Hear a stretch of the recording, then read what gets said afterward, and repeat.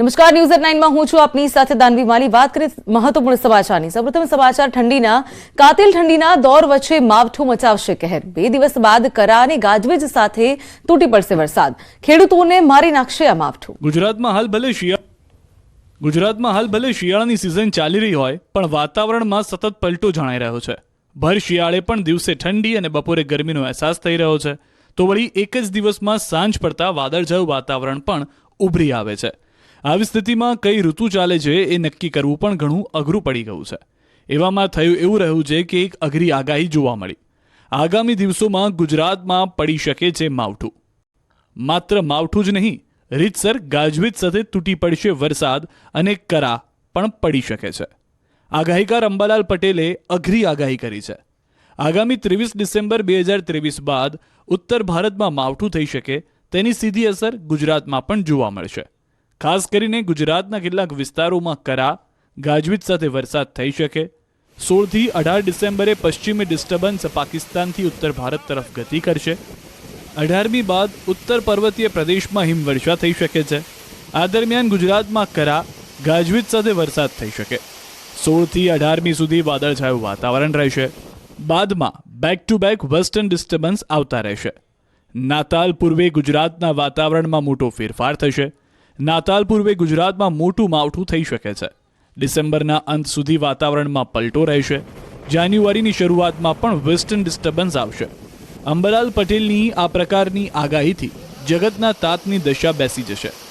માવઠાનો માર સહિત અનેક કુદરતી આફતોને કારણે પડી ભાંગેલા જગતના તાત પર આ આગાહી પડતા પર પાટું સમાન સાબિત થઈ શકે છે। અને સમાચાર સુરતથી, તો સુરત એરપોર્ટને મળ્યો છે આંતરરાષ્ટ્રીય દરજ્જો। કેન્દ્રીય કેબિનેટમાં લેવાયો છે મહત્વનો નિર્ણય। સુરત એરપોર્ટને ઇન્ટરનેશનલ એરપોર્ટ તરીકે મંજૂરી આપી દેવાઈ છે। તો પીએમ મોદીની અધ્યક્ષતામાં બેઠક કેબિનેટની મળી હતી કે જેમાં મહત્વનો આ નિર્ણય લેવાયો છે। કેન્દ્રીય કેબિનેટમાં મહત્વનો નિર્ણય લેવામાં આવ્યો છે। તો એરપોર્ટને ઇન્ટરનેશનલ એરપોર્ટ તરીકે મંજૂરી મળી ગઈ છે। સુરત એરપોર્ટને મળ્યો છે આંતરરાષ્ટ્રીય દરજ્જો। તો કેન્દ્રીય કેબિનેટની બેઠક મળી હતી કે જેની અંદર આ મહત્વપૂર્ણ નિર્ણય લેવામાં આવ્યો હતો। બેઠકની અંદર પીએમ મોદી સહિત અમિત શાહ અને અનેક દિગ્ગજો પણ ઉપસ્થિત રહ્યા હતા। તો પીએમ મોદીની અધ્યક્ષતામાં જે બેઠક મળી હતી તેમાં આ નિર્ણય લેવાયો છે કે જ્યાં સુરત એરપોર્ટને મળ્યો છે આંતરરાષ્ટ્રીય દરજ્જો। બીજી બાજુ સુરતમાં પીએમની મુલાકાતને લઈને તૈયારીઓનો ધમધમાટ જોવા મળી રહ્યો છે। પોલીસના બંદોબસ્ત સુરક્ષાની તૈયારીઓ અંગે સુરત પોલીસે માહિતી આપી। 17 ડિસેમ્બરે સુરત ડાયમંડ બુર્સનું પીએમ મોદી ઉદઘાટન કરશે। તો પીએમના આગમનને લઈને 3000 પોલીસ જવાનોનો બંદોબસ્ત રહેશે, જેમાં 1800 હોમગાર્ડ, 500 ટીઆરબી જવાનો પણ બંદોબસ્તમાં ખડેપગે સામેલ રહેશે।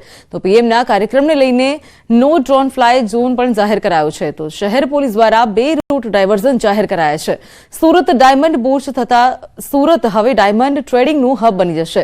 તો બુર્સ બનાવવાનો મુખ્ય આશય ભારતમાંથી હીરા, જેમ્સ અને જ્વેલરીની આયાત તથા નિકાસ અને વ્યાપારને પ્રોત્સાહન આપવાનો છે। સાથે જ આ ડાયમંડ પ્રોડક્શન અને બિઝનેસ સાથે સંકળાયેલી તમામ નાની મોટી કંપનીઓ એમએસએમઈને અત્યાધુનિક ઇન્ફ્રાસ્ટ્રક્ચર અને ડાયમંડ ટ્રેડિંગનું ગ્લોબલ પ્લેટફોર્મ પૂરું પાડવાનું પણ છે। 175 દેશોના વેપારીઓને સુરતમાં પોલિશ કરેલા ડાયમંડ જે છે તે ખરીદવાનું આગવું પ્લેટફોર્મ મળશે। સાથે જ 4200 વેપારીઓ મળીને ડાયમંડ બુર્સનું સપનું સાકાર કર્યું છે। આ ડાયમંડ બુર્સ વિશ્વની સૌથી મોટી ઇન્ટરકનેક્ટેડ બિલ્ડિંગ છે કે જેમાં 4500થી પણ વધુ ઓફિસો એકબીજા સાથે સંકળાયેલી છે।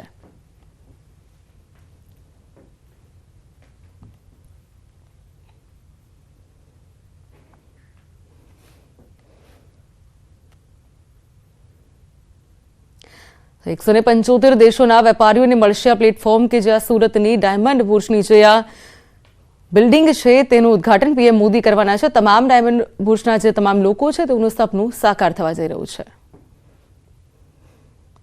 આ તરફ પીએમ મોદી આવતીકાલે સુરત આવશે। પીએમના સ્વાગત માટે સુરતમાં ભવ્ય તૈયારીઓ થઈ ગઈ છે। પ્રદેશ ભાજપ કરશે પીએમ મોદીનું સ્વાગત। વિવિધ 6 પોઈન્ટ ઉપર પીએમનું ભવ્ય સ્વાગત કરાશે। તો ભાજપના 5000 કાર્યકરો સ્વાગત કરશે। ધારાસભ્યોને પ્રધાનમંત્રીના સ્વાગત માટે જવાબદારી સોંપાઈ છે। બીજી બાજુ ઓએનજીસી બ્રિજ પાસે તથા ઓપી ફાર્મની સામે મનભરી ફાર્મ પાસે સ્વાગત કરવામાં આવશે। તો રોડ મટીરીયલ ડેપો પાસે ડાલમિયા ફાર્મ અને સીબી પટેલ ક્રિકેટ સ્ટેડિયમ પાસે પણ તેઓનું સ્વાગત કરાશે.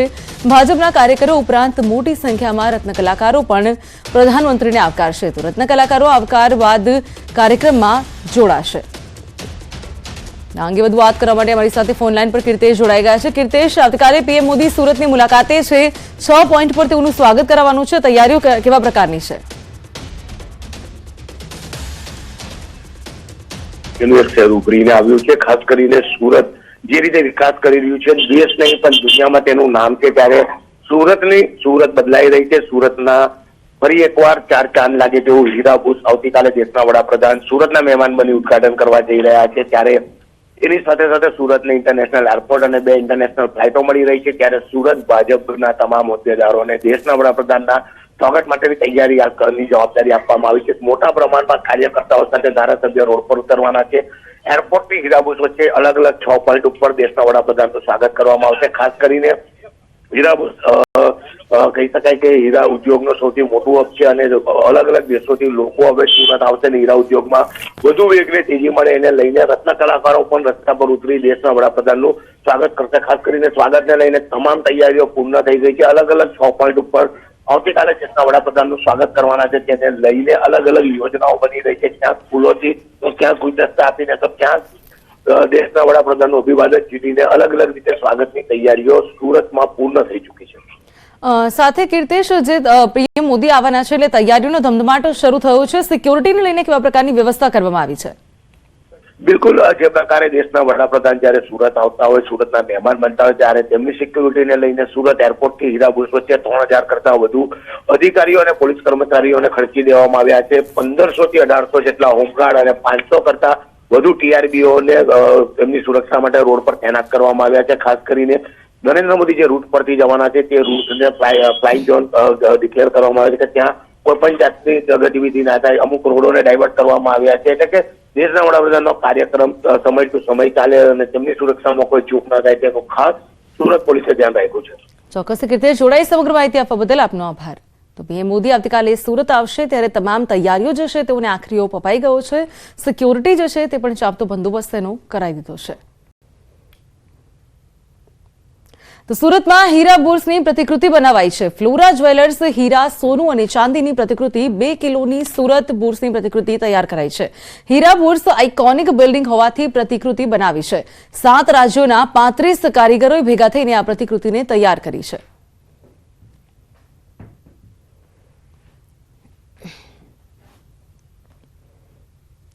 બીજી બાજુ કેન્દ્રીય ગૃહમંત્રી અમિત શાહ ગુજરાતના પ્રવાસે છે. સાણંદ, આણંદ અને અમદાવાદના કાર્યક્રમમાં તેઓ હાજરી આપશે. રાજ્યપાલ આચાર્ય દેવવ્રત પણ ઉપસ્થિત રહેશે. તો સાણંદમાં વિકસિત ભારત સંકલ્પ યાત્રાનું આયોજન કરાયું છે. તો સરદાર પટેલ યુનિવર્સિટીનો 66મો પદવીદાન સમારંભ યોજાશે, જેમાં તેઓ હાજર રહેવાના છે. તો બીજી બાજુ ટાગોર હોલમાં મહારાષ્ટ્ર સમાજ અમદાવાદના શતાબ્દી મહોત્સવનું આયોજન કરશે.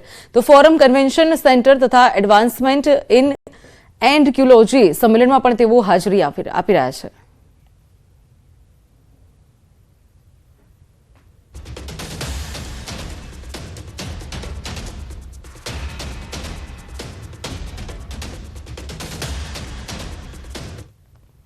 બીજી બાજુ રાજ્યભરમાં વિઝા એજન્ટો પર સીઆઈડી ક્રાઇમના દરોડા. અમદાવાદ, ગાંધીનગર, વડોદરામાં કાર્યવાહી કરાઈ છે. વડોદરામાં સીઆઈડી ક્રાઇમનું 12 કલાક ચાલ્યું છે સર્ચ ઓપરેશન. વિઝા કન્સલ્ટન્ટ ઓફિસમાં સીઆઈડી ક્રાઇમની તપાસ ચાલી રહી છે. તો અત્યાર સુધીની તપાસમાં થયા છે અનેક મોટા ખુલાસા. આ દરોડામાં કેટલીક શંકાસ્પદ માર્કશીટ પણ મળી આવી છે. તો ગુજરાત બહારની યુનિવર્સિટીઓની શંકાસ્પદ માર્કશીટ મળી આવી છે. આ માર્કશીટ ઘણા મહત્વપૂર્ણ દસ્તાવેજ કબજે લેવાયા છે.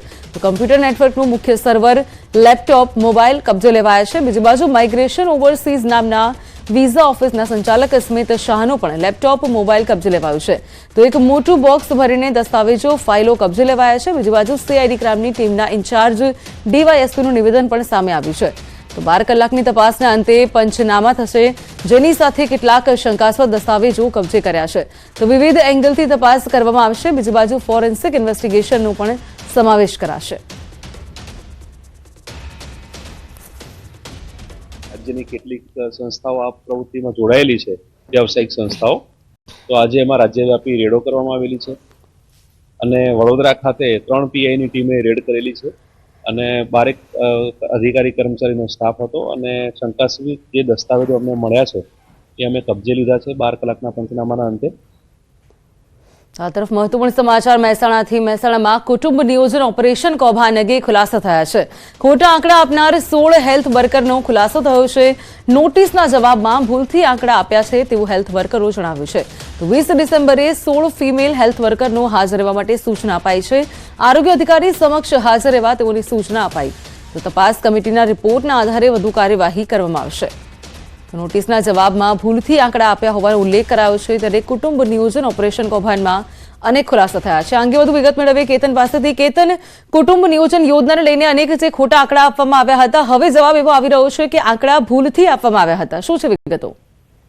ચોક્કસથી દાનને જણાવી કે મહેસાણા શહેરમાં થોડા દિવસ પહેલા જ કુટુંબ નિયોજનના ઓપરેશનના આંકડામાં જે મિસમેચ હોય છે તે જોવા મળી હતી. તેને લઈ જે આરોગ્ય અધિકારી હોય છે તેમના દ્વારા હેલ્થ વર્કરોને ખુલાસો માટે નોટિસ પણ આપવામાં આવી છે. ત્યારે અધિકારીઓએ જે નોટિસ આપવામાં આવી છે તેના જવાબ જે હેલ્થ વર્કર હોય છે તેમના દ્વારા આપવામાં આવે છે. તેમના દ્વારા ખુલાસો આપવામાં આવ્યો છે કે જે આંકડા હોય છે તે ભૂલમાંથી આપ્યા હોય તેવું હાલ તેમના દ્વારા ખુલાસો આપવામાં આવે છે. ત્યારે 20 ડિસેમ્બરે 16 હેલ્થ જે વર્કર બહેનો હોય છે તેમને હાજર રહેવા સૂચના આપવામાં આવી છે.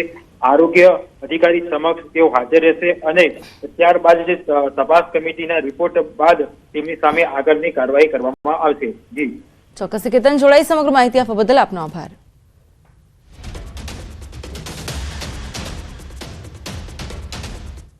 તો આ તરફ 2024 લોકસભાની ચૂંટણી માટે કોંગ્રેસની તૈયારી થઈ રહી છે. આજે દિલ્હીમાં ગુજરાત કોંગ્રેસની મેરેથોન બેઠક યોજાવા જઈ રહી છે. ગુજરાત કોંગ્રેસના દિગ્ગજ નેતાઓ હાજર રહેશે. મુકુલ વાસનિકની આગેવાનીમાં આ બેઠક મળવા જઈ રહી છે. તો 2024ની ચૂંટણી પક્ષના રાજકીય કાર્યક્રમો નક્કી કરાશે. ભારત જોડો યાત્રાના બીજા તબક્કાની પણ ચર્ચા કરાશે. તો યાત્રાની ગુજરાતથી શરૂઆત થાય તેવી ગુજરાતના નેતાઓની ઈચ્છા છે. આ નેતાઓ રાષ્ટ્રીય પ્રમુખ ખડગે સાથે પણ મુલાકાત કરશે. તો દિલ્હી કોંગ્રેસ મુખ્યાલયમાં મળનારી આ બેઠકમાં કોંગ્રેસના 15 પૂર્વ CLP, પ્રદેશ કોંગ્રેસ કમિટીના સભ્યો સહિત હાલના તમામ કોંગ્રેસ નેતાઓ પણ હાજર રહેશે. જેમાં શક્તિસિંહ ગોહિલ, અમિત ચાવડા, અર્જુન મોઢવાડિયા પણ ઉપસ્થિત રહેશે. તો બાદમાં નેતાઓ રાષ્ટ્રીય પ્રમુખ ખડગે સાથે પણ મુલાકાત કરશે.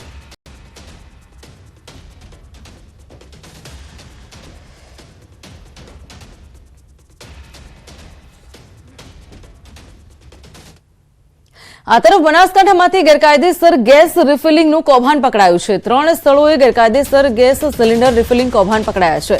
3 સ્થળોએ પુરવઠા વિભાગના દરોડાથી ખુલાસા થયા છે. પાલનપુરમાં એક છાપીમાં 2 સ્થળોએ દરોડા પાડવામાં આવ્યા હતા. તો 3 સ્થળોએ દરોડા પાડ્યા છે, જેમાં કુલ 292 ગેસ સિલિન્ડર જપ્ત કરાયા. તો 4 વાહનો, 3 દુકાનોના કાર્યવાહીમાં સીલ કરાયા છે. રહેણાંક વિસ્તારમાં કરાતા હતા ગેસ રિફિલિંગ. તો છાપીમાં 2 સ્થળોએ ગેરકાયદેસર વેપલો ચાલતો હતો, જેમાં છાપી ઓવરબ્રિજ નીચેથી ગેસ રિફિલિંગ કરતી 3 દુકાનો પણ સીલ કરાઈ. તો હાલમાં પુરવઠા વિભાગે દરોડા બાદ વધુ તપાસ શરૂ કરી છે. તો ગેસ રિફિલિંગનું જે કૌભાંડ પકડાયું છે, પોલીસ દ્વારા તપાસ ચાલી રહી છે. રહેણાંક વિસ્તારમાં ગેસ રિફિલિંગ કરતા હતા. તો પાલનપુરમાં 1 અને છાપીમાં 2 સ્થળ પર દરોડા પાડવામાં આવ્યા છે. પુરવઠા વિભાગ દ્વારા ચેકિંગ હાથ ધરાયું છે. તો 4 વાહનો અને 3 દુકાનો પણ સીલ કરાયા છે. 3 સ્થળોએ દરોડા પાડ્યા છે. ત્યારે કુલ 292 ગેસ સિલિન્ડર જપ્ત કરાયા છે. 3 દુકાનોની કાર્યવાહી કરાઈ છે. 4 વાહનોની કાર્યવાહી કરાઈ છે. તમામને સીલ કરી દેવાયા છે. તો પુરવઠા વિભાગની તવાઈ બોલાઈ છે. તમામ જે ગેસ રિફિલિંગનું જે કૌભાંડ છે તે બહાર આવી રહ્યું છે. અને આ અંગે વધુ વિગત મેળવીશું કિશોર પાસેથી. કિશોર, બનાસકાંઠામાં ગેરકાયદેસર જે ગેસ રિફિલિંગનું કૌભાંડ બહાર આવ્યું છે, પુરવઠા વિભાગે અમુક જગ્યાએ ગેસ સિલિન્ડર જપ્ત કરાયા છે, દરોડા પણ પાડ્યા છે. વિગત શું છે? ચોક્કસથી જે ગેસ રિપેરિંગની બાતમી મળી હતી પુરવઠા વિભાગને, તેને લઈને પુરવઠા વિભાગે પ્રથમ તો પાલનપુર અમદાવાદ હાઈવે પરથી રેડ કરી હતી અને ત્યાં ગેરકાયદેસર ગેસ રિફિલિંગનું ગોડાઉન ઝડપાયું હતું, જેમાં જિલ્લા પુરવઠા વિભાગની ટીમે 74 જેટલી ગેસની બોટલો જપ્ત કરી હતી. અંદાજે 1.5 લાખનો આ મુદ્દામાલ જપ્ત કરાયો હતો. તે બાદ પુરવઠા વિભાગ દ્વારા વડગામ તાલુકાના છાપીમાં પણ રેડ કરવામાં આવી હતી. ત્યાંથી 42 બોટલ કબજે કરવામાં આવી હતી. અને જો કુલ વાત કરવામાં આવે આ રેડની, તો અલગ અલગ જગ્યા પર રેડ કરીને 292 બોટલ જપ્ત કરવામાં આવી છે. અને આ સમગ્ર મામલે વધુ તપાસ હાથ ધરવામાં આવી છે પુરવઠા વિભાગ દ્વારા. તાનવી. ચોક્કસથી કિશોર, આપ જોડાયેલા રહેજો અમારી સાથે. તો હાલ પુરવઠા વિભાગ દ્વારા તપાસ ચાલી રહી છે અને વધુ આગળ જે કાર્યવાહી છે તે પણ ચાલી રહી છે.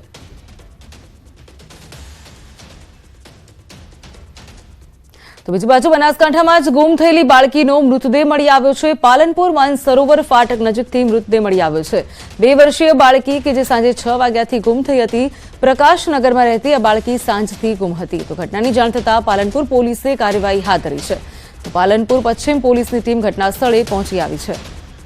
તો પ્રકાશનગરમાં રહેતી બાળકી સાંજથી ગુમ હતી, જે બાદ તેનો મૃતદેહ મળી આવ્યો છે. મહત્વપૂર્ણ સમાચાર, પાલનપુર માનસરોવર ફાટક નજીક તેનો મૃતદેહ મળી આવ્યો છે.